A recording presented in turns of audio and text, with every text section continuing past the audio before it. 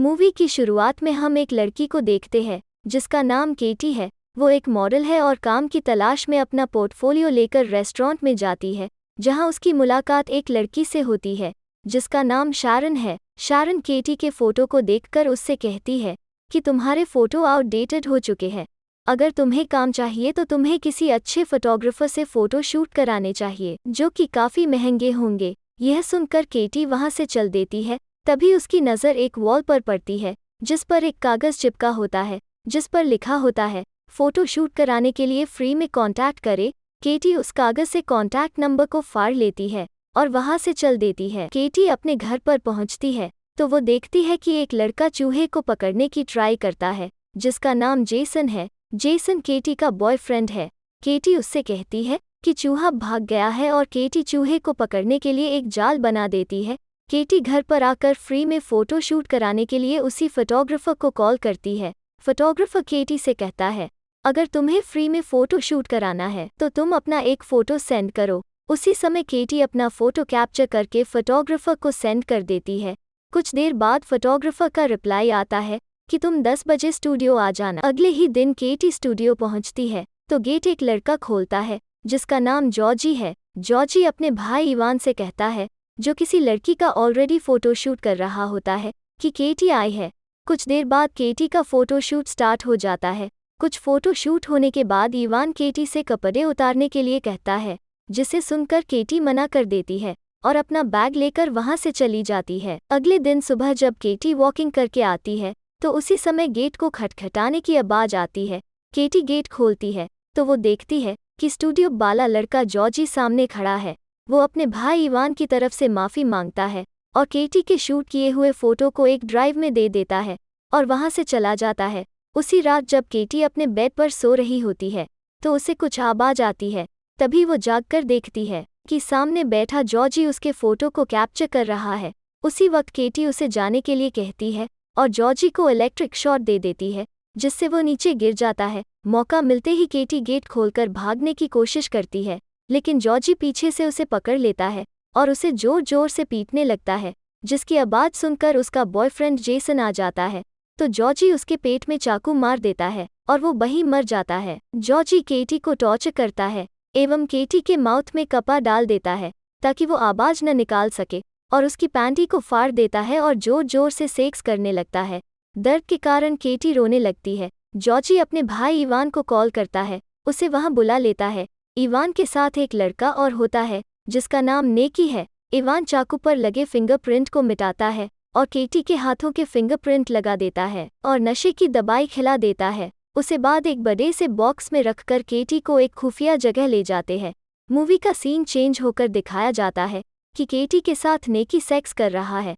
तभी वहां जॉर्जी आ जाता है और नेकी को हटा देता है। केटी को प्यास लगती है, वो पानी पीने के लिए मांगती है। तभी नेकी पानी पिलाने की बजाय उसके ऊपर टॉयलेट कर देता है, जिसे देखकर जॉर्जी नेकी से लड़ने लगता है, जिनकी आवाज़ सुनकर इवान आ जाता है और उन्हें वहां से जाने को कहता है। इवान केटी के ऊपर एक कपा डाल देता है और उससे कहता है कि तुम थोड़ी देर आराम कर लो, तुम्हें ज़रूरत पड़ने वाली है। जॉर्जी केटी को कपड़े पहनाता है और अचानक केटी जॉर्जी पर हमला कर उसे बाल्टी मार के बेहोश कर देती है और एक खिड़की को खोलकर भाग जाती है और बाहर पहुंचकर लोगों से मदद मांगती है। तभी उसकी मुलाकात एक आदमी से होती है जिसका नाम किरिल है और वो एक डिटेक्टिव है। केटी उसे बताती है कि मैं न्यूयॉर्क में रहती हूँ और मेरे साथ 3 लोगों ने रेप किया और यहाँ लाके कैद कर लिया।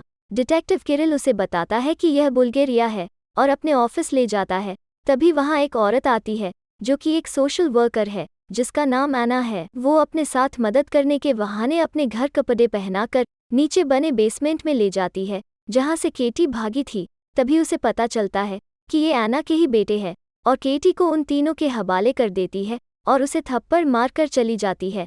तभी इवान उसे जंजीरों से बांध देता है और पैसे के बदले उसे एक आदमी के हवाले कर देता है जिसका नाम जॉनी होता है।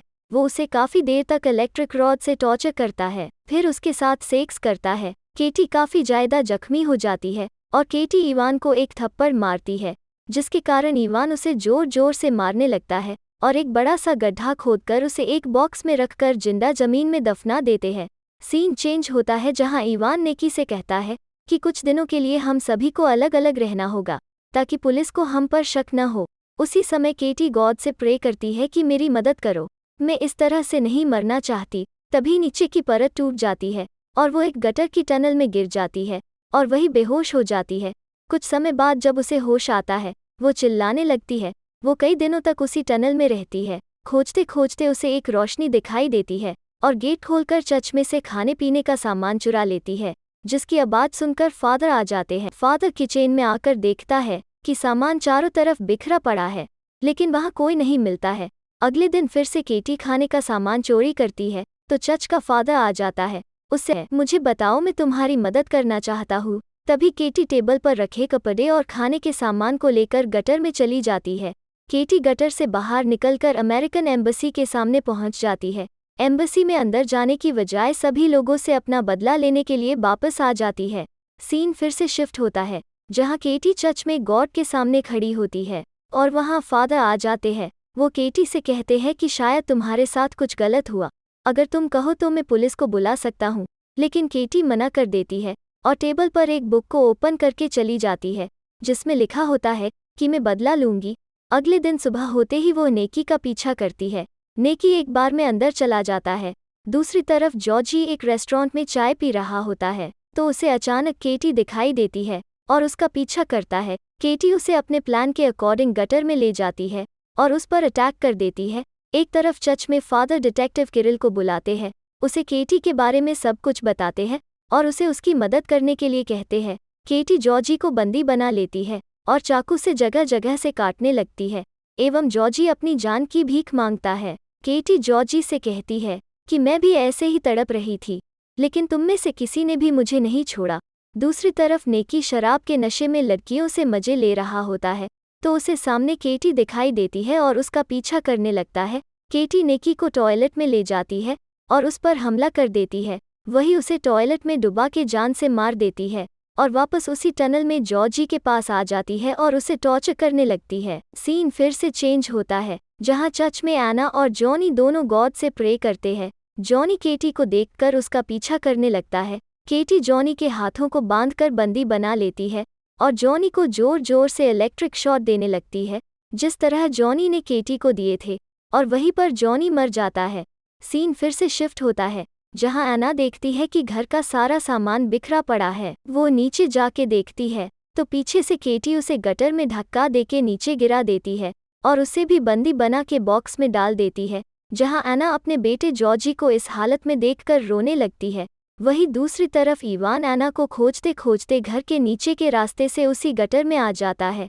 एक तरफ डिटेक्टिव किरिल फादर से कहता है कि उसका नाम केटी है, मैं उससे पहले भी मिल चुका हूँ और अब मैं उसकी मदद करना चाहता हूँ, वो मुझे कहाँ मिलेगी। और फादर डिटेक्टिव को केटी का पता बता देता है ताकि उसकी मदद कर सके। इवान एना को खोजते खोजते जॉर्जी के पास आ जाता है। तभी केटी पीछे से इवान के ऊपर हमला कर देती है और बंदी बना लेती है। तभी बॉक्स से एना की आवाज़ आती है, जिसे सुनकर इवान एना को चुप रहने के लिए बोलता है।